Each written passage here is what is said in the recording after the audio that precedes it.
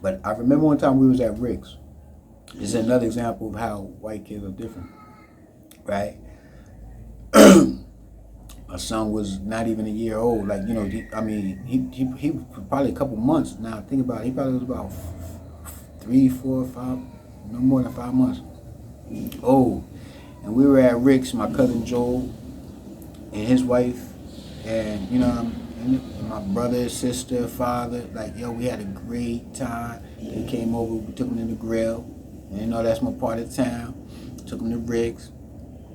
And so Rick's has like a lot, like you know, cliff diving and everything, but then they got a stage too where they, you know, like they have someone performing, like, you know, reggae, you know, or, you know, they might have a DJ or a band with a singer. So we was over there vibing. And so we was like in like they got these lounge chairs. It reminded me of like 20 MTV back in the days where they used to go to the like shore, Jamaica and the different islands, and they'll like do a show and they're performing. That's how it was. And anyway, make a long story short, I was surveying the room, and I seen this group of people. It was a white family and a black family. Now the white family, it was like the wife, husband. You know, white man had sunglasses on. You know how they do, because the sun hurt their eye. But anyway, they and their son and their daughter, and the little white boy was like, he couldn't sit still. You know what I mean? He was like, you know, walking around. Yo, he walked on the stage, and I'm telling you know, Sean Sashay, my son's mother, like, yo, look at how look. I showed him because I seen the difference. They was in a group.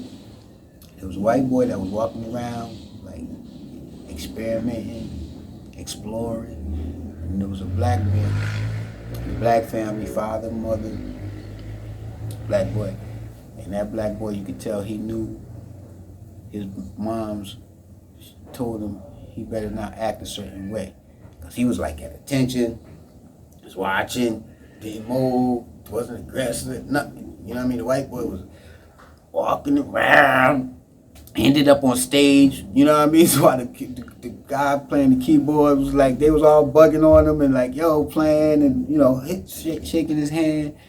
And I said, yo, you see the difference between white people and black people?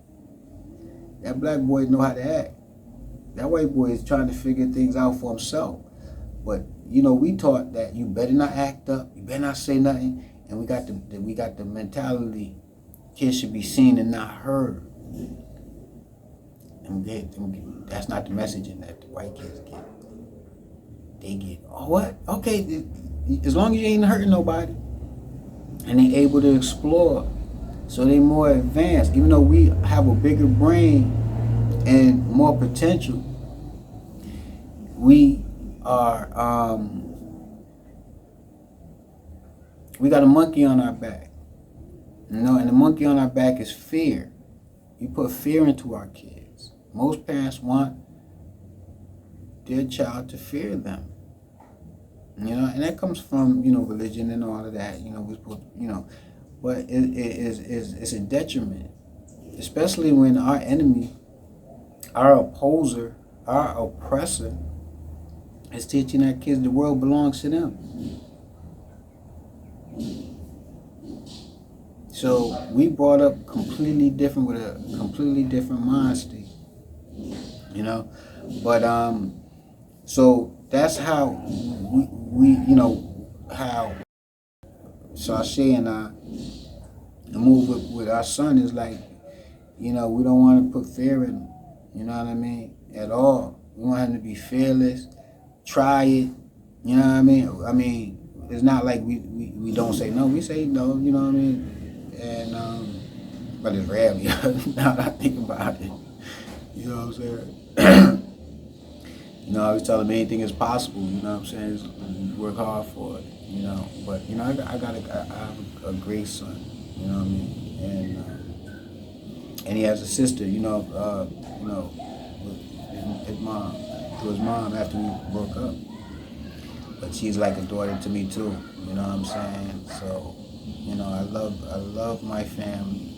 I love my family, you know, and I wish them well on that. And I wish, I wish everybody in hearing this is, I wish you guys the best, you know what I mean, the best for life. And I'm just coming from a 56-year-old now point of view. And the difference is in Jamaica, like dating.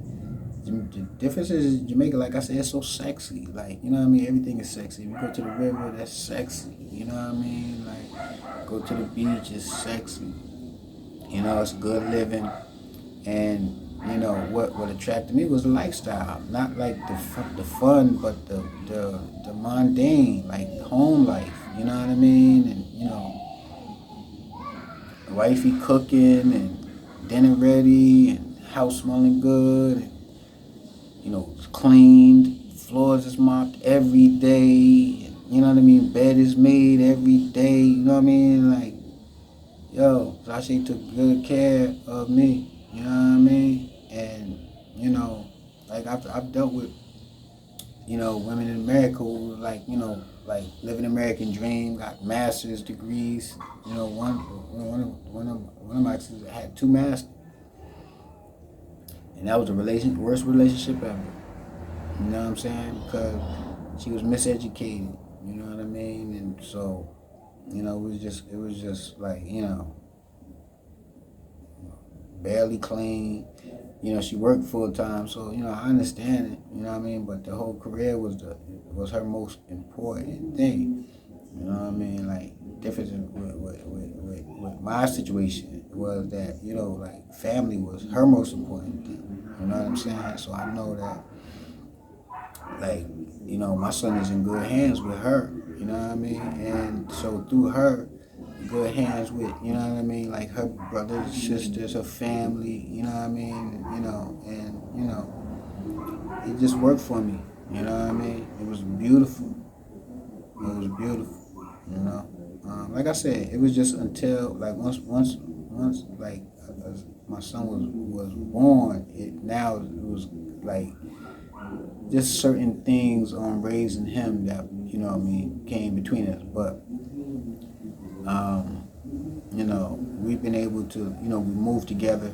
What I mean, as a unit together. She lives elsewhere. I have my son full time. You know what I mean? But that she, cooks, sends breakfast, lunch, dinner, you know what I mean, each day. And we work together to make it happen. And, he's happy, and I'm happy, and she's happy. And, we all love each other, and we respect each other. And the thing is, like, love is hard work, and it's like, I'm gonna take responsibility that, she's a good woman. It was really me, you know what I mean? Like, I'm very demanding, you know what I mean? I'm demanding from you know what I'm saying, on myself. I'm tough on myself, you know what I'm saying? So I know I'm not the easiest to live with, get along with, but, I'm always gonna be honest, and I'm always gonna work hard, so, so, we would go to parties together, like, you know what I mean, like birthday parties, somebody having a birthday party. Rarely, after we got together, we rarely went to the grill, except, like, one of our favorite restaurants is Sweet Spice in the Grill, so we would go there for special occasions like her birthday. But, it was more like, somebody throwing a party, we're going to go over there, have some drinks, you know what I mean, get back home safely, take some pics, have a good time, and, life is great in Jamaica, you know what I mean, there's no great adventures, Six Flags and Dave and Buster's, but there's so much more, you know what I'm saying, there's so much more, so much to do, so much to see.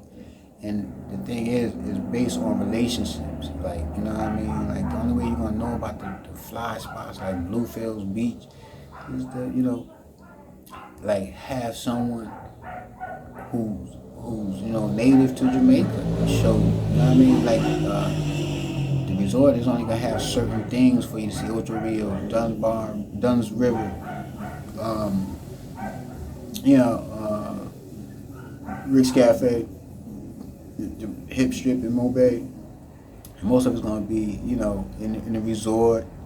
You know what I mean? It's like, yo, like, you know, I don't like that stuff. You know what I mean? I don't like that stuff. Like, instead of having servants wait, you know, bringing me drinks and all of that stuff while I got sunglasses on, hat on, you know, expensive cologne, brand new swimsuit, don't even go in the pool. Man, nah, I'd rather have, you know what I mean, a beautiful woman cook me a meal, you know what I'm saying, while I'm rolling up the spliff, you know what I'm saying, and chilling, you know what I mean, studying, you know what I mean, working on something, you know what I mean, and you say, yo, it's ready, alright, you know what I mean, that's, you know, that's what I like, you know what I mean, okay, now we're gonna go to the grill for, you know, take the kids to get some pizza, you know what I mean, so it's like, you know, it's a great life, you know, and the dating is different, but it's more sexy,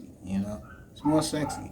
You could, you know, you could take a beautiful woman to the beach, you know what I mean, and like make love in the sea, you know what I mean. It's like, yo, it's crazy, or in the river, you know what I mean. And, you know, it's like, it's just different. You just gotta, you know, experience it. You know what I'm saying? And the only way you're gonna experience it is coming over here. Me and you a fine woman. You know, one of these fine women walking around here, and you know, they you know, they look, you know, like they have their natural look now. You're like, you know, like this generation coming up, you know, older women, like, you know, a lot of, you know, they're naturally beautiful. You know what I mean? They're naturally beautiful. I haven't been over in America in 50 years, so you know, hopefully it's the same over there.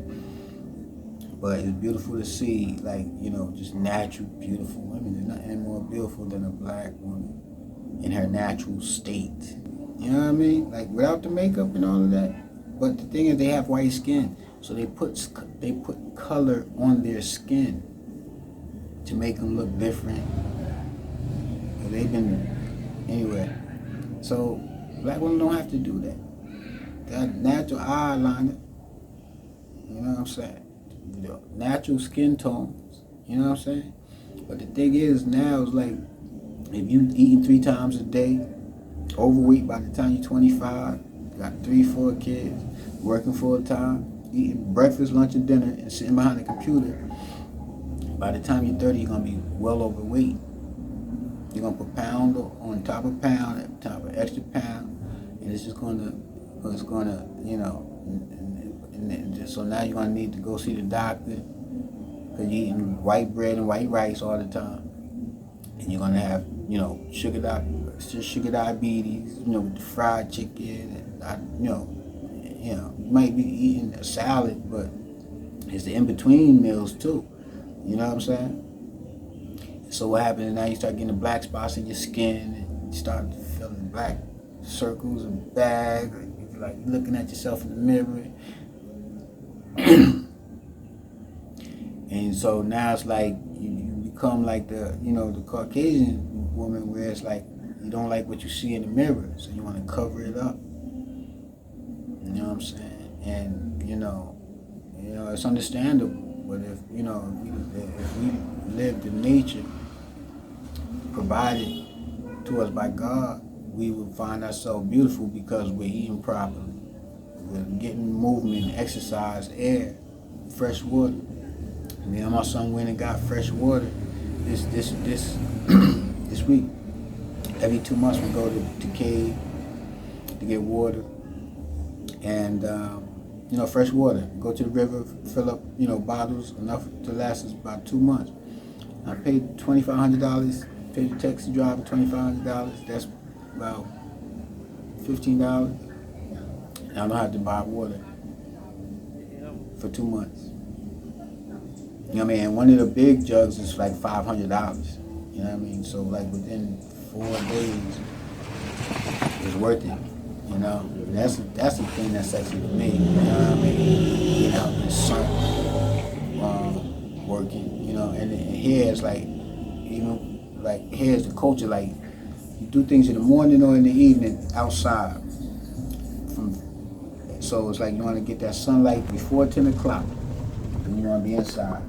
Then after maybe like 5 o'clock, you coming outside. You know what I'm saying? Because when the sun is at the highest peak, it's, it's crazy hot. It make you feel like you're going to melt. You know what I'm saying? So you do everything, all the strenuous hard work before 10 o'clock. We go to the river, you know what I mean, and fill up the jugs and, break a sweat and do, work as a team and to live good. And like I said, my mother, I get that from my mom's because we used to do that. My mother used to fill up the trunk. She had a big Chevy, and she would fill up the trunk with old milk cartons and stuff like that. And we go to like Woodbridge, Edison area. They had this pipe. You know what I mean? It was what you call it? It's like untouched water. Like they don't put no chemicals, chlorine, fluoride, nothing in the water. Pure water. And that's where we go get water. So, I get that honestly, Wow, this is crazy. P Funk City G.